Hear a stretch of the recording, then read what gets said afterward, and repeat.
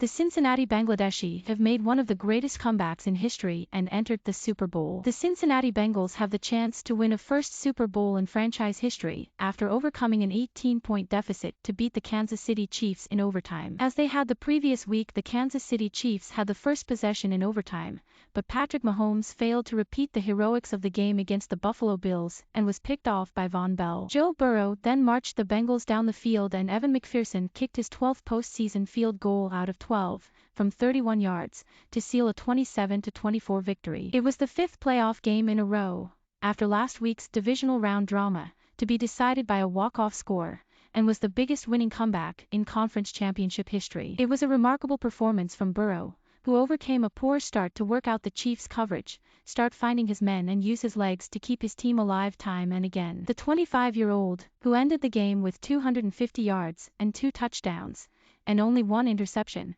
is the first number 1 draft pick to get to the Super Bowl in his first 2 seasons. And there is little reason to believe that the Bengals' first trip to the Super Bowl in 33 years can't result in a third title. But for just under half an hour it felt as though Mahomes was ready to take his Chiefs to a third successive Super Bowl. Masterminded by Andy Reid and executed by his quarterback, the first half was a ruthless dissection by the Chiefs of a Bengals side that had beaten them 4 weeks previously. The Bengals' first half mistake was that they adopted a more conservative game plan to the one that brought them a 34-31 victory in Week 17. Burrow consistently failed to move the chains and Mahomes took full advantage of the soft coverage he was being presented with the Chiefs scoring a touchdown on each of their first 3 drives, through passes to Tyreek Hill, Travis Kelce, and Mecole Hardman. A Sandwich Perrine 41-yard catch and run cut the halftime lead to 21-10, which was preserved in the dying seconds of the half by a huge goal line stop from the Bengals. It meant the halftime gap was 11 points, just as it had been in Week 17,